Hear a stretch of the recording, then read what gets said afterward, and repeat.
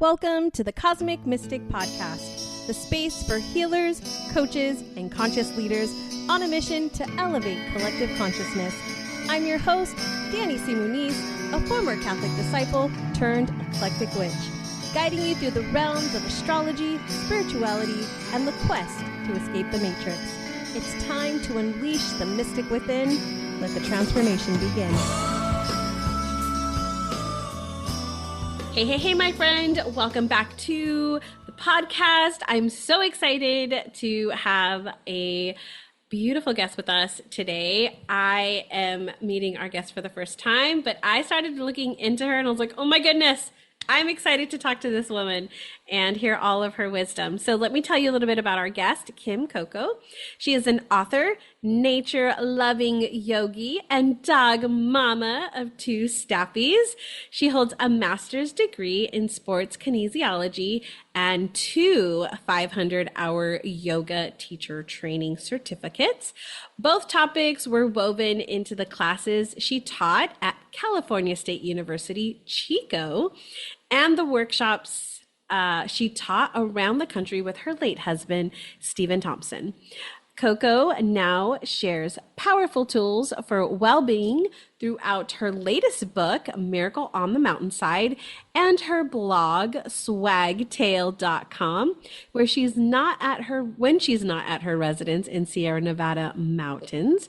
She's on the hunt for great golf courses and scenic vistas in her Sprinter van. You're living the van life, aren't you, Kym? Welcome. Thank you so much for having me. Yeah, so dog mom as well. I have a pug. His name is Handsome Jake. And Handsome Jake. You probably hear his little foot nails, paws running around in the background at some point because he always comes in when we're recording. So listener, if you hear that, that is just Handsome Jake making an appearance.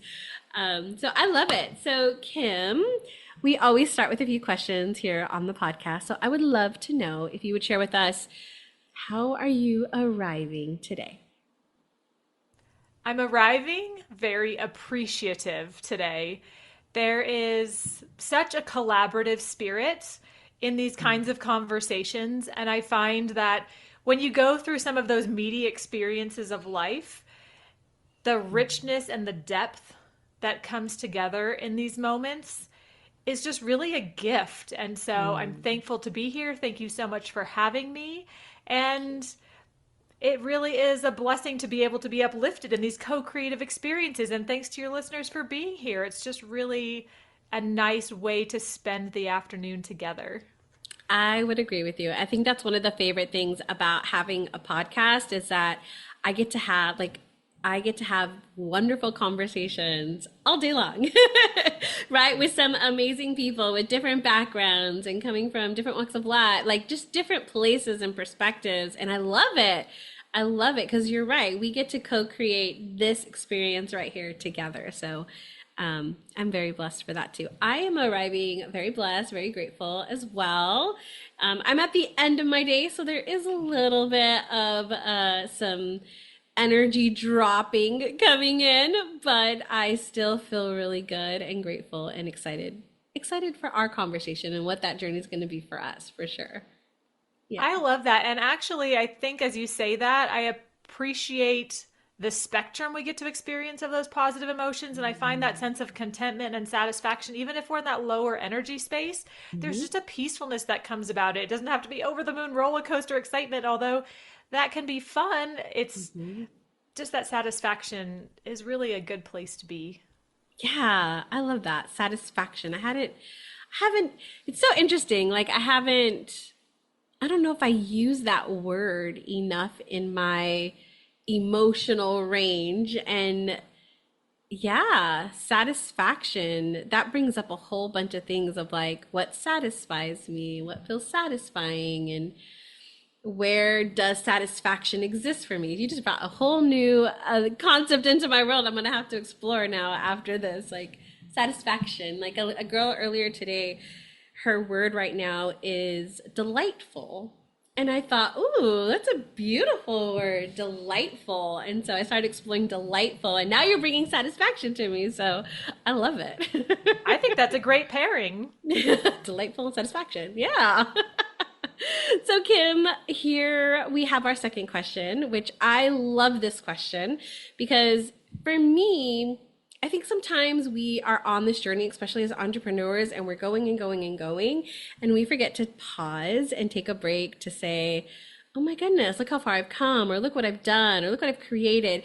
Whether it is a small experience to a much bigger experience. So, I would love to know, Kym, what are you celebrating right now? Today, I'm actually celebrating something a little bit on the bigger end of the spectrum, Ooh, which is I've started a monthly training program called Brilliant Becoming. I saw And that on your what I like website. about this idea is I really do believe we are all brilliant. We are Hmm. so magnificent in our uniqueness and our creativity and our potential. And we're always becoming. There's this Hmm. evolution and this expansion. And that's interesting to see where it's going to go and what doors are going to open. And Hmm. sometimes where you thought you were going to go doesn't happen and you go in a different direction. And it's equally revelatory in maybe something better. And Yeah. so for me, this is important because one, I taught a lot in years past. And then I Hmm. did put things on hold to caretake for my husband. Hmm. And so it was really special for me to say, yes, I wrote a book. Yes, I'm still writing another book because that's just who I am. That makes my I soul love it. sing to write. I love And it. to step back into a space with my community who has welcomed me back with big open arms, and to be able to connect with them on a monthly basis and share some of these tools that have helped me for decades to stay Mm. balanced and excited about life, that just really lights me up. And so I'm not only appreciative of that, but it is something to celebrate. And so Absolutely. it's a great question. Oh, I love that. I love that you're. I saw. It's funny that I happened to see that on your website, and I was like, "Oh, how fun!" I love that. So you're in this new creation of bringing this space back in some ways, and in some ways, it's probably very new. And I love that your community is there and ready and following you on the journey. That's so beautiful. So I love it, and I love that you're a writer. I am not a writer. I like you. I'm a talker. I'm a speaker. You're You a put singer, me. as I'm a we singer, know. right? Like you put me on a stage. Like let's go. But you put me in front of the computer and asked me to write something. I'm like, no. I That have to doesn't let work you in for on a me. secret. Oh, tell me. So many times the writing doesn't happen when you're in front of the computer. I have to Oh, tell you, good even the point. last book I wrote, I think my favorite sections of the book were when I was sitting in the middle of a lake with my audio recorder on a paddleboard. So you never know when those This is flashes of true. brilliance come. So it's just amazing, but it is fun to see how our unique creativity blossoms in such special ways. You know, it's funny that you say that. Somebody once, like I was at an event, and the host, the person who was hosting the event, he said that his book, which is like a number one Amazon bestseller and has gotten like on all these charts and stuff, and he's like, I didn't write that book. What he did was he took all of like his talks that he have ever done, his interviews, like all of those things, and he basically like threw them into like either like a chat GPT or something and had it like bring it all out for him. He had somebody go in and edit it. Like he hired an editor to go in and edit it, like to make sure it flowed and it was all good and everything. And then he just put it out there. He's like, I never sat down. And I was like, wow, you just like opened my perspective to possibility in because I have tons of things that I've said and talked about not only in the podcast, but like in all the things that I've done in the past like 10 years. And I'm like, oh my goodness, I probably have a book already in there that I haven't even considered. So thank you for bringing that back to me. Yes, I would love to Love read your that. book. I think everybody has so many wonderful stories, Yes. and when they get set forth to you in a way that's brings out curiosity and Hmm. makes you think about the world in a different way. That's what stories do, and I think this idea of opening a possibility is such a gift. So, yes. Yeah, I love it. I love it. Yay. And for our listener, if you've been thinking about writing a book, there you go. Maybe you already have the material. You just need to bring it together. Maybe that's what, or maybe you just need to go on the lake like Kym and get your audio recorder out. I like that idea. I want to go on the lake. All right, Kym. So our third question, and this is the question of the year. And I started doing this last year of like a question of the year. And last year we were, in the ending energy, right? And so there was a lot of like endings. And so it was like, what's coming to an end for you? But this year there's a lot of possibility because we're in numerology. It's like a 1 year, it's a starter year, that kind of idea. And so with that in mind, as you think about this year and what it is you're creating, what are you either, or maybe both, willing or unwilling to do this year? I really like this question. This caused me to pause and say, I know my priorities. I know how to navigate my energy so I can be at my best. Mm-hmm. And I discovered this last year, pretty much at the end. So it was a very good lesson to say, okay, I want to do it differently in 2026. I was doing a 100 course golf adventure in Oh honor of my. Steve. I wrote The Miracle on the Mountainside as I was out golfing, and a way for me to go out and meet new people 4 to 6 hours at a time, travel, have fun. And there's a side of me that sometimes forgets that it doesn't have to be on a specific timeline. There is a lot of beauty in letting things unfold organically. And so, as much as I wanted to get it done by Christmas, my dog thankfully had an injury and caused us to stop. And she, with her little doggy brown eyes, said, Kym, slow down. Remember, it's all going to come together in the right time.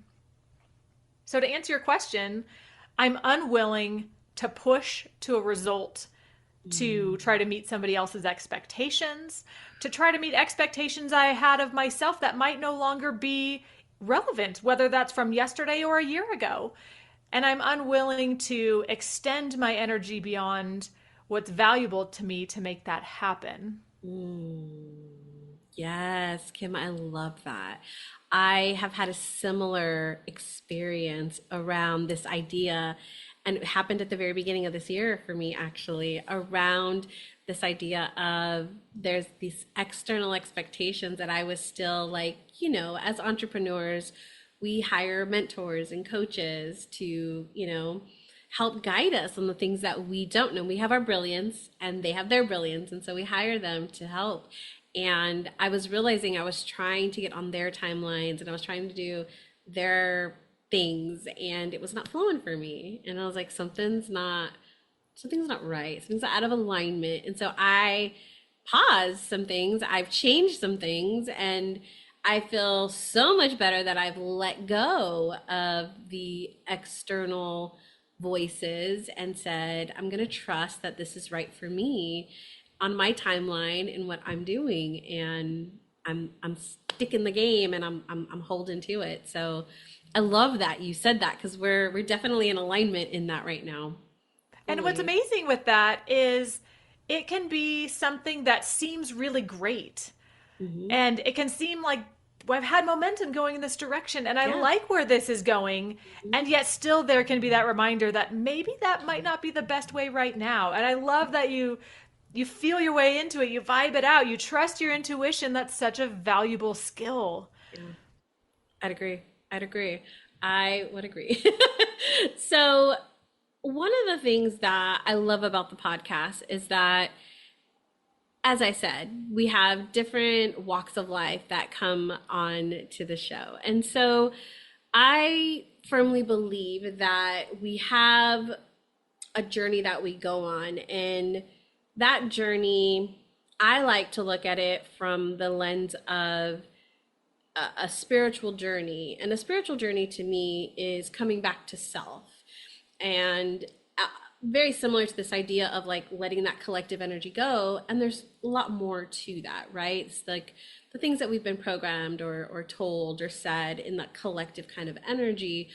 And for me, the spiritual journey is just really coming back home to self. And so I would love if you would share with us what your journey into spirituality has been for you.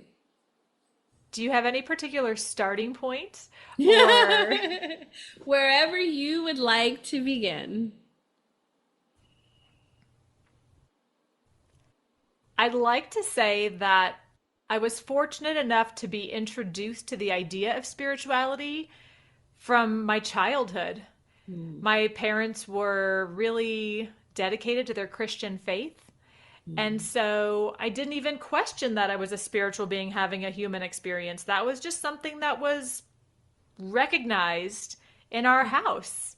And it's interesting that it wasn't until my father became ill when I was 10 and he battled brain cancer for 2.5 years before he passed away that the way that particular framework of viewing the world and viewing spirituality somehow didn't fit anymore because of the experience we were living at home. And the idea of a blind faith just didn't resonate with me at the time. How could this be happening to such a great human? And so I had to start to piece together an understanding. While I did not abandon the idea of myself as a spiritual being, I started to dive into more physicality, understanding, well, I don't want to get sick. How can I start to really benefit my physical body so I don't have the same experience as my father? It took me a lot of years to recognize we are really responsible in creating some of these experiences for ourselves, and someone else's path isn't my path. But at the time, I mean, you were what, like 12? yes. Yeah. Yes. Yeah. So to say, okay, I want to learn to take care of my physical body. And that took me in the realm of kinesiology and human movement and discovering balance and wellness. And that was a really great stepping stone. And at the same time, I was very angry.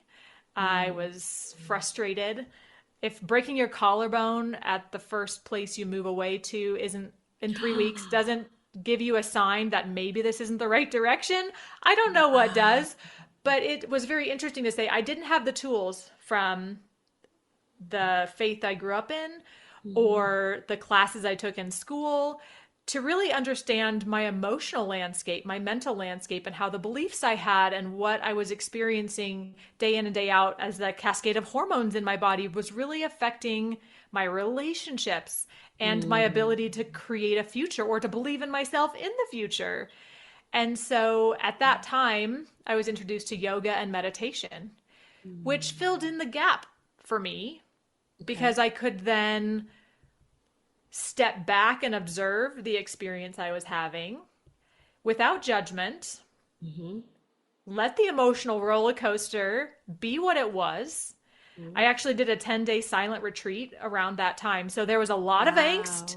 I wanted to leave by day 3, but I'm glad I stayed because I had not been taught how to sit with myself. And it was a really great practice to say, I can love myself unconditionally. I can go through these experiences and they're not defining me. And it was a way for me to connect back to that spiritual nature in a way that I felt more empowered. And so between the movement and that reframing and the sense of getting some tools to regulate my emotions, not in a way that's rigid, but ride the nervous system, understand how it works, and then find balance because it's a moving target. Yeah. So take us back to that time. So if we look at your timeline, right? So you're 12, you're exploring like, wait a minute, like I need to focus in on my body and my health. You step into kinesiology and learning like, right? So you're going to school and you're learning all of this. Where does this yoga meditation, like where does this start to fall in for you? It was about that same time in college because I was learning about different aspects of wellness.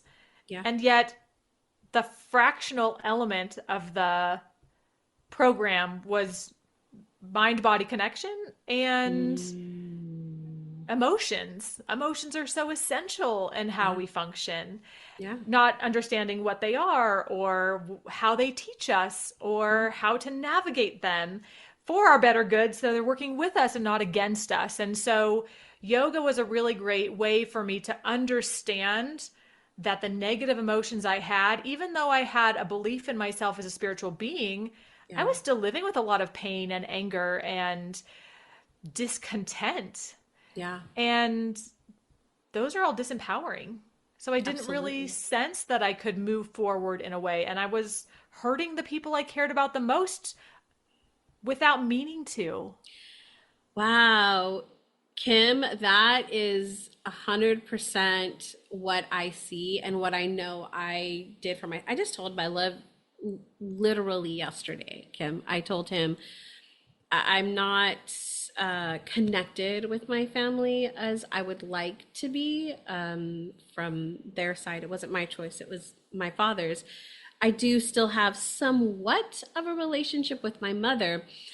And wow, it's interesting. I literally told him I need to apologize to my mother. There's some apologies that I need to say to her. And it's from this place of learning and diving in and being in that space of like, I mean, I've worked a lot through a lot of that healing around both of their relationships, but there just became a new understanding for me that I'm like, ooh. And we don't, it's interesting is we don't in the moment, because I as I reflected back on a particular moment that I'm remembering and I'm thinking about in that moment, I didn't realize the pain that I was creating for her, right? And now being in the space that I am in now, I'm like, wow, okay, like that's I need to make amends for what my actions, right? For what my actions were. So I think you're 100% right, and we don't always realize that the stuff that is going on within us and how that is being projected out into our world, into our most loving relationships. It's like, why are we beating up the people that we love the most?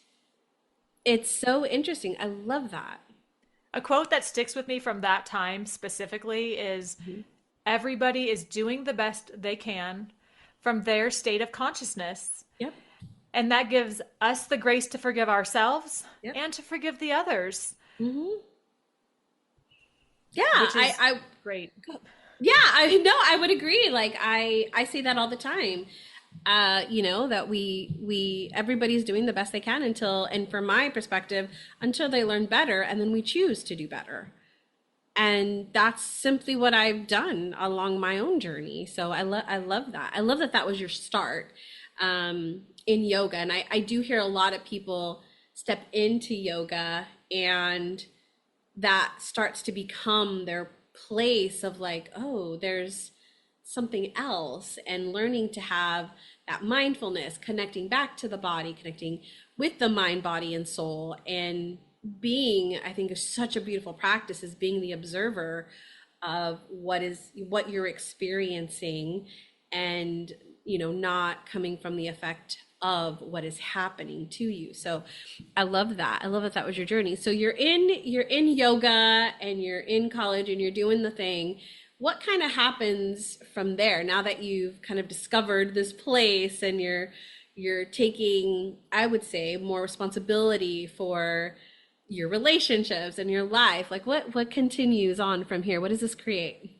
That was a beautiful point where I could have gone any direction.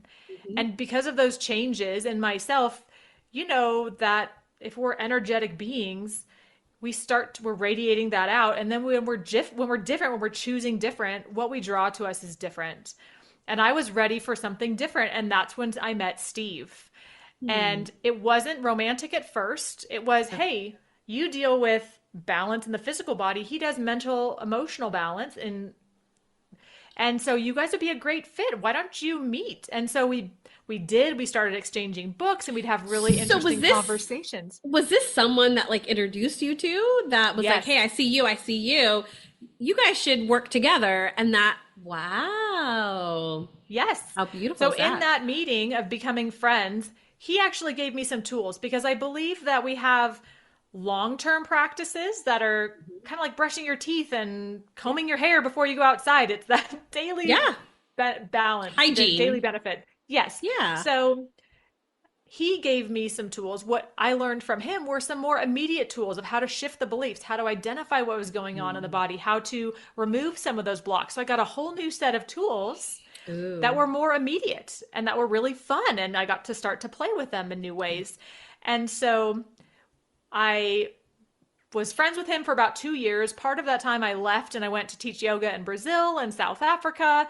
And Wow. when I came back, mainly just to move my furniture out of a friend's garage, he was single and I was single. And well, I said, let's do this. And he says in the book, I put the chapter of us getting together in his book because it was such a monumental experience for both of us. But he goes, I don't know. And he listed all these reasons why maybe this wouldn't be a good idea. And I said, okay, Wow. well, let me know. It didn't take long. We gave it a shot. We were so excited. And it turned out, I mean, I think someone did our astrology chart and he said, I haven't seen two souls more closely aligned. It was such a beautiful confirmation of what we already felt and knew. And it was interesting because not everybody saw that for me. And it was such a choice in my life where I said, this is non negotiable. This is who I want to be with. This is the path I'm going to go down. I know this is going to help me develop into who I want to be. And it's going to be such a beautiful expression of love. I'm in, I'm all in. And so Wow. we had a very unique marriage because we worked together. We traveled together. We were together almost every day for 13 years.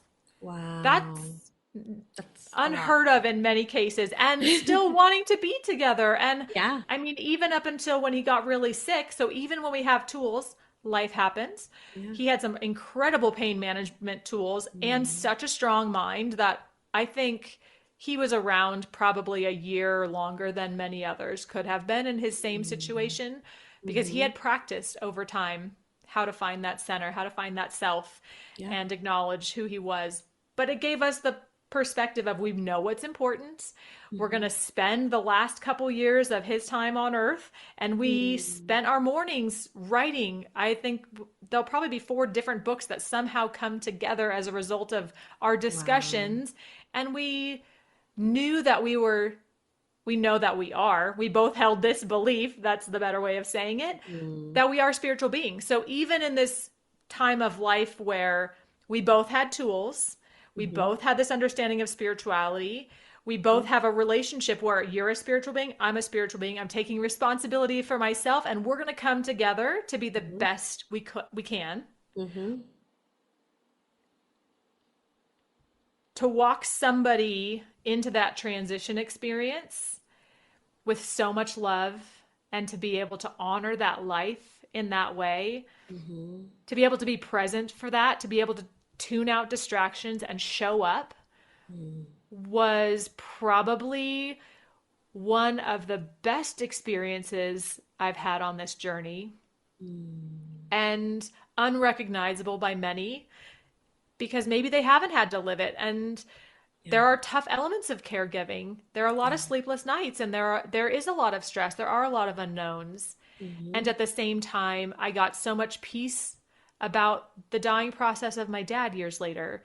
I was able to talk about life and our consciousness in a way that's bigger than I could have without knowing that was inevitable Yeah. in such a close proximity. And it was a way for me to have confidence moving forward in who I wanted to become because I didn't feel like I was going to be at a loss. And sure, I had sadness and I did go through grief. And there are still moments, I'm human, Yeah. but yet there's this spiritual knowing that we're all connected and there's such a level of the magnitude is the word that comes to mind that I can't even comprehend or put into words, perhaps. And so this journey has been really great to say, yes, spiritual completely. And then the learning of how to bring that fully into this human experience and all these different avenues That's learning that is unending. Mm. Wow, Kim. So like I can feel that because it's interesting. I mean, we probably have a very similar belief. Like we both realize that, I mean, when we say we're a spiritual being having a human experience, the spirit doesn't end. Like the spirit doesn't die. The body is what can no longer sustain this experience here. But the spirit is still the spirit. The spirit is still alive. And so that transition, although consciously I understand that and I believe that, and it's helped me be able to understand and accept the transition, right? I don't even, I wouldn't even call it death so much anymore because it's really not. It's a transition into. It's so funny that I had this epiphany the other day of the ever after because it is the ever after, right? Um, and but still, that doesn't mean that it doesn't come with challenges and difficulties, and as you said, grief, because you're still human. You're still here living in the reality where he was here. And now he's not physically, in the sense of his body is not physically here with you, but his spirit is still there. So the question I have for you is he still with you and how do you know? 100% I know. And yes, or backwards, I swap those answers. figured that. So how do you know that he, like, how do you sense him? How do you feel him in your day to day? I'd like to take you back to last spring when I was riding on the central coast of California. And I was spent 68% of last year in the Sprinter van with the dogs. And Wow. it's a 6 by 10 space that makes sense. Again, simplifying your life until you're back in control sometimes is one of the best things ever. I And agree. so I'm sitting here at this campground and I was in the process of writing. So I'd write, I'd take the dogs to the beach, I'd come back and write, I'd go cook food, I'd edit. It was a great experience to be there with. You just hear the foghorn sometimes, you hear seals on the wharf, I the love smell it. of the salty air, the light breeze off the water was sensational in every sense of the word. Mm. And I remember sitting there, and there were chapters I would write about his life that would just make me really sad because Mm. I did miss him in the human form. Yeah. And then I'd be reminded of the gift of such a great life. And yes, you can feel that lift. But this flash caught my eye out of the window, and all of a sudden it was sparkles everywhere on the top of the water. It was like this effervescent Mm. illumination, as if he was saying to me, I'm right here. I'm right here with you where you are. I'm not where I was. You have to look in different ways. And so it was such a beautiful reminder. So every time I see these sparkles of light, whether it's a reflection through a prism or off water, Mm. or in my case today, snow falling, this light, the light that's in us, this ability to see energy in a different way, but Mm. to Yeah. interpret it, it's different for all of us and how we're going to understand the radio dial of how we're tuning in and what we're tuning in to. Yep. But the light was such a specific message that I heard to say, I'm here. What are you talking about? And it's playful and it's Mm. so all around us if we're paying attention. And so that's one way that catches my attention so frequently. And Mm. I just smile. I was like, hey, babe, what's up? Because it's fun to know that that level of consciousness, that level of infinite nature, it's not ended and it's not limited. I can't even wrap my mind around what that experience could be like. Yeah. And yet I can appreciate that from maybe that perspective. There's interest in what's going on still in me in my life in the physical, Yeah. and that there is some element of co-creating, and it's just on a more subtle level. The communication is far more subtle. So sometimes it's putting a Mm. rock in my pocket that he would have, or a song comes on, but mainly it's the sparkles of light. That's something that I often recognize as a way we're still connected. I love that. Do you feel like knowing that and having that as a connection still to him, that that has actually helped you move through the grief or the grieving process? Because I don't, I mean, just from my perspective, I don't know if the grieving process necessarily ends. I think there's different ways in which we grieve, whether we're talking about a physical person, a past self, or just life in general as things happen. Because we grieve, right? We're grieving in different ways. Do you feel like that for you, that that has helped you kind of move through it easier, or has that added to it? In which way would you say? Can I answer your question with a question first? Go ahead. When you look at, say, you're starting a relationship, do you find that you're going, this is maybe not you specifically, or just a Mhm. perspective you see out there in the world, okay? So you Yeah. can answer it either way. That people approach it, a relationship being, you complete me, Mm. or I'm a pretty magnificent human and I'm going to partner with another magnificent human because we're whole, and then maybe we could make our experience better together. Hmm. What's your I thought on love that? I love this question, Kim. I would say Danie pre awakening or spiritual journey, Danie would have definitely been in the realm of you completely. And I think that came from kind of a societal expectation of you find a partner, and also my upbringing is like you find the partner to, like, you have to find the partner. Like, you know, like you have to find that person who is your soulmate or your like person, whatever that is, because they, like, the understanding was they complete you. And I would say post awakening, and even in my relationship I'm currently in, we I was in transition in that space of, and the beginning of the relationship, like we had a lot of challenges, even though we had both done a lot of work on ourselves and like done a lot of healing. We still brought, you know, the old triggers, the old patterns. And so there was still some of that like codependency energy that I was still kind of coming from. And it wasn't until like we had to kind of move through that within, it was probably within our first maybe like 6 months of dating, that we kind of had to like start to move through it, where I started to realize, no, I'm a person, you're a person, and we choose to come together to make each other better and support each other.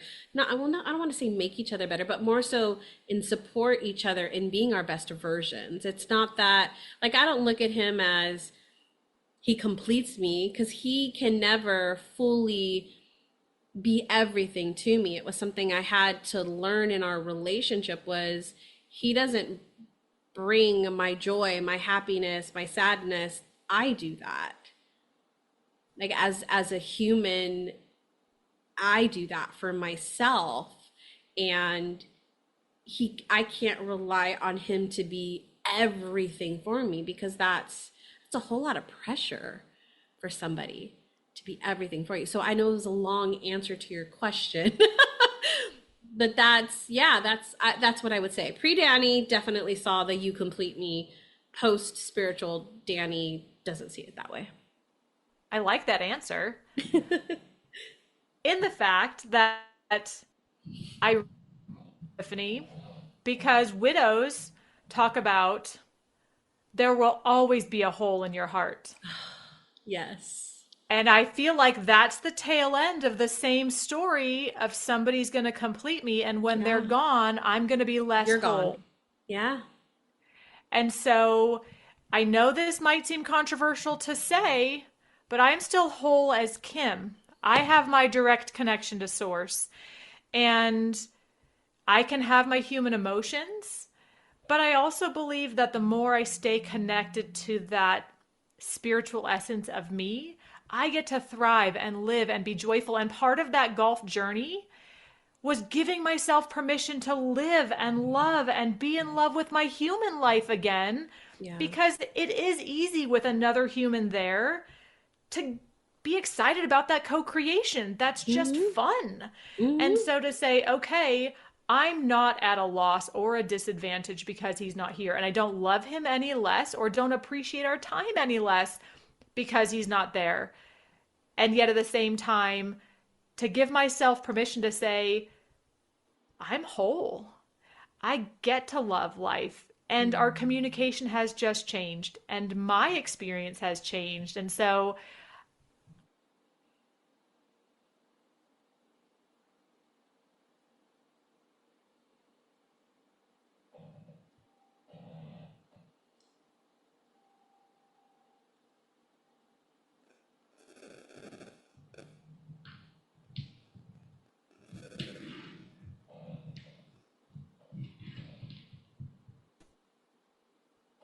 So, Kym, I love that you said that. And I love, oh,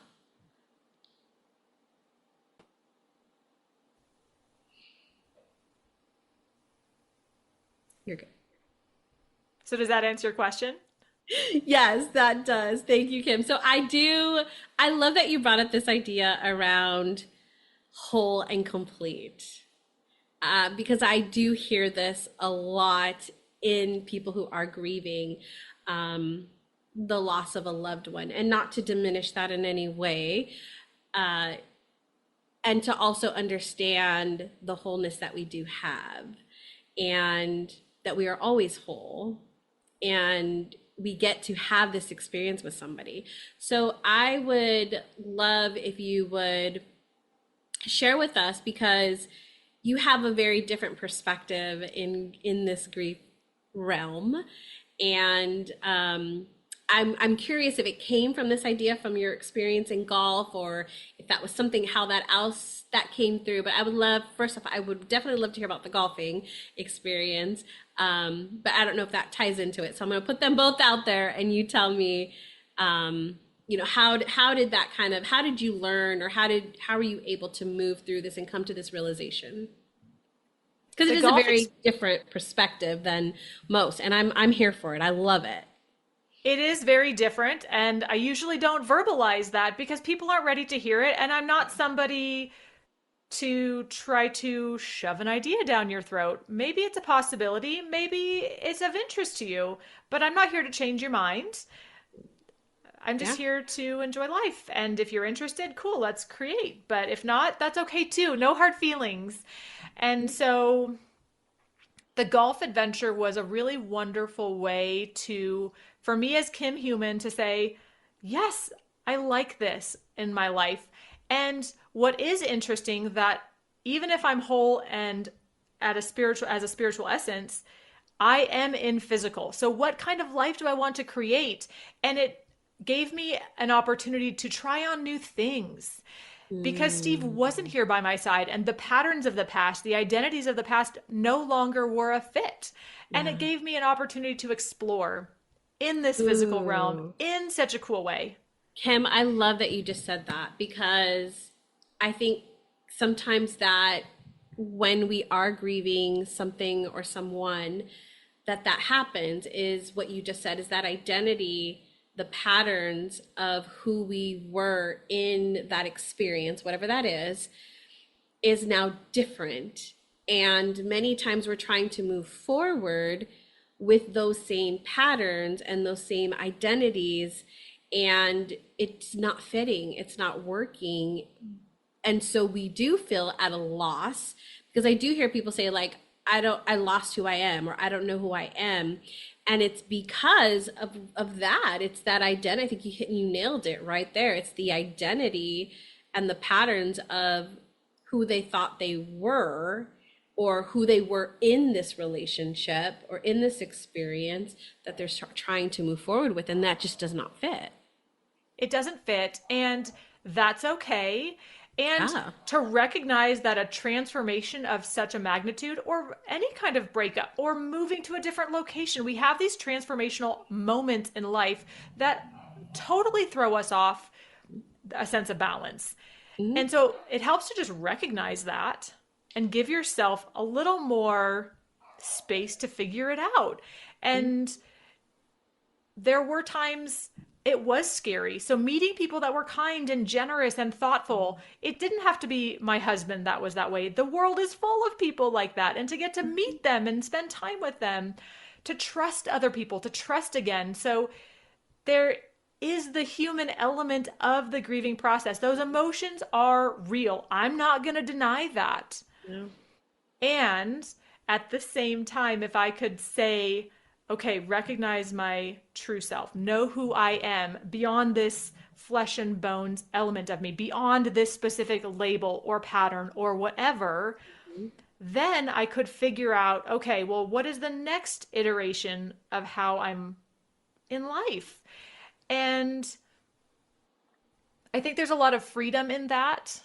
And I think I hear this a lot from widows that it takes time to be enjoying life again, to let the guilt go, that you could be happy again. And if you're coming from this place of, I'm always going to carry a hole around me, I feel like that's just throwing rocks on your path and making it harder for you to love yourself and love life again. So I recognize that this is a statement that might not be popular, but it helped me really be able to take what I had in physical with Steve, we talked about the light, the nuances of this new interaction, and then be able to somehow blend the old of all I've experienced and use it as these threads of fabric into the whole of who I am,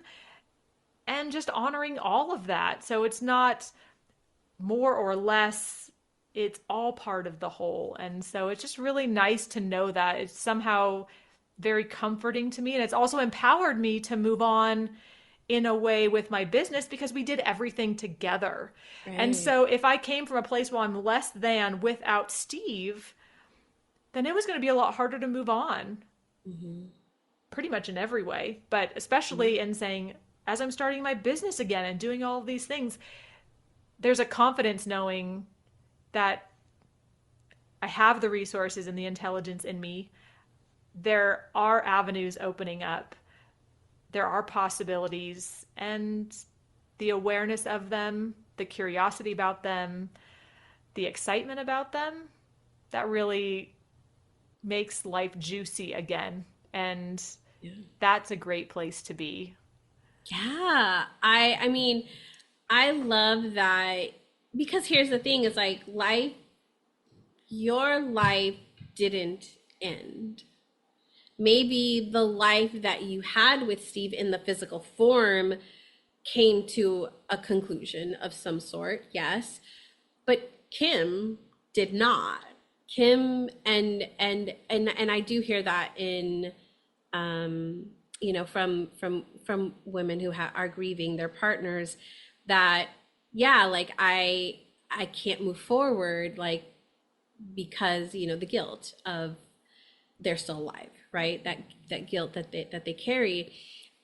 What I love is what I love what you're saying, and I love your perspective, Kym, on this, is that Kym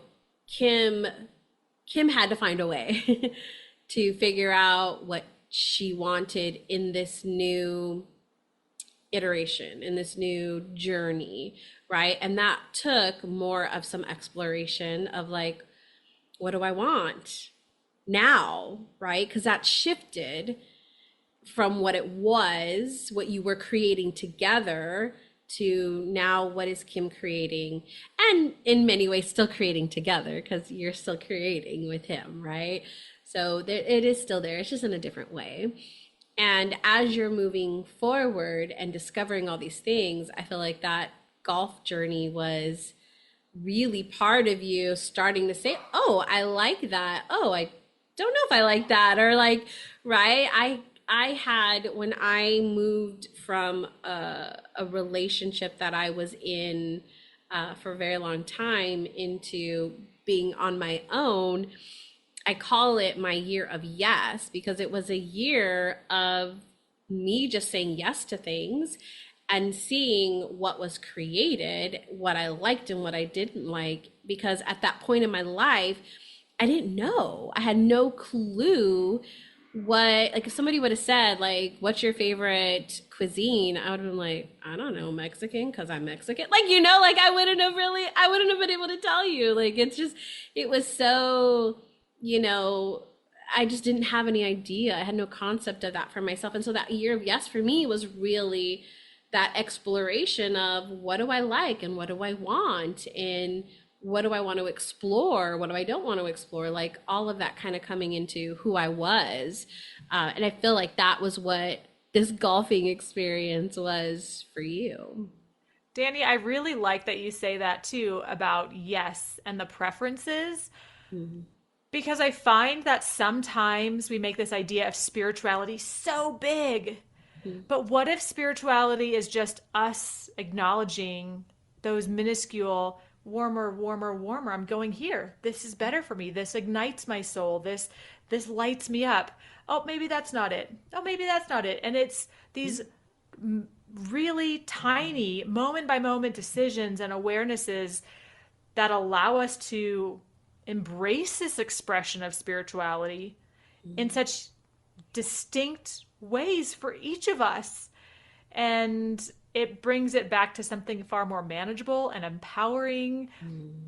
And I like the unending element of it, but there's so many nuances to it. And I think it's fun. Yeah, I love it. So I would love to know, you've written a few books. I'd love for you to share about your books, and it sounds like you're also in the process of writing another one, and there's probably way more to come. But I'd love to share, if you could share a little bit about your work and your writing with us, that'd be great. Well, thank you. Miracle on the Mountainside is the latest book, and that is short, compelling stories. Very, I want to say diverse, from Steve going off the cliff in his motorcycle accident to shooting his brother in the face with a bow and arrow or an arrow when he was a kid, to forgiveness with his dad when he was in his 30s, to when we met, to the letter he wrote to his friends and family before he transcended. Very beautiful. The spectrum of how I learned to live fully in my spiritual essence in a body. This is cool. I love it so much. Wow. What's funny is I feel like this is the story form of the book we wrote 10 years ago called It Just Makes Sense. And those are the practical tools of how to change your beliefs, improve your communication.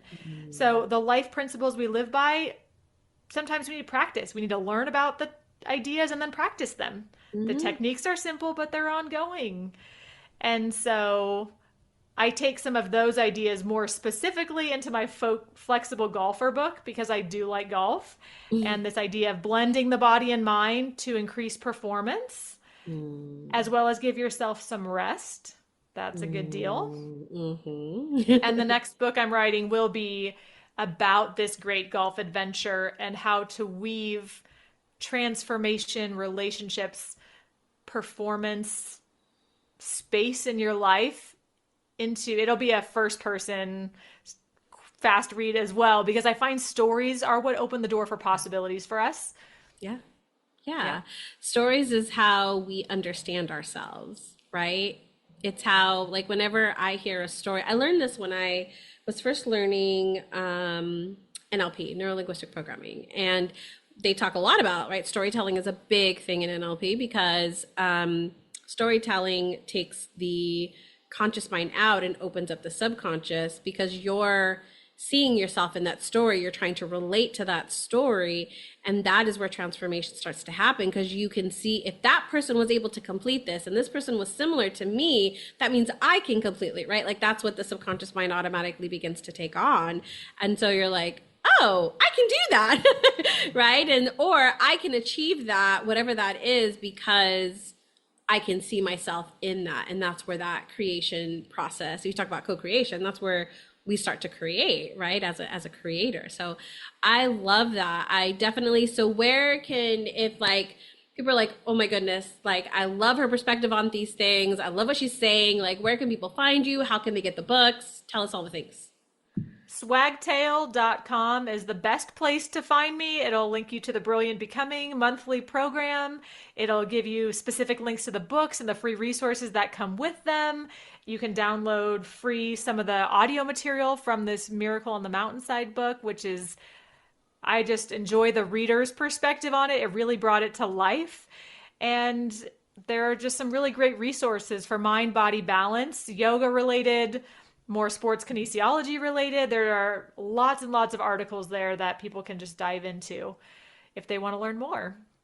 I love it. Well, Kym, thank you so much for the work that you do in this world, for the books that you've written, the message that you're getting out there, for shining your light, for honoring yourself and honoring your husband and honoring just this life. So thank you so much for being here and sharing that with us today, sharing your presence with us. I look forward to continuing to follow your journey and what you're creating and what you're doing. And I wish you all the best. I don't think that this is our last conversation. I think this is just our beginning conversation for sure. I feel that. And with that, any final words you would like to share with our listeners as we wrap up? I would just like to say that you're brilliant, Danie. I think your listeners are brilliant. I think we've all got this. I think the phrase that often comes to mind, I am a unique and beautiful person, and the world is blessed by my presence. You know that. And if each of us recognizes that, I feel like we can just, like a rising tide, lift all boats and make this a really wonderful place to create in. So thank you so much for the work you do. Thank you for having me today. And I just appreciate you. So thank you so much. Thank you. And with that, listener, remember to keep shining your unique light.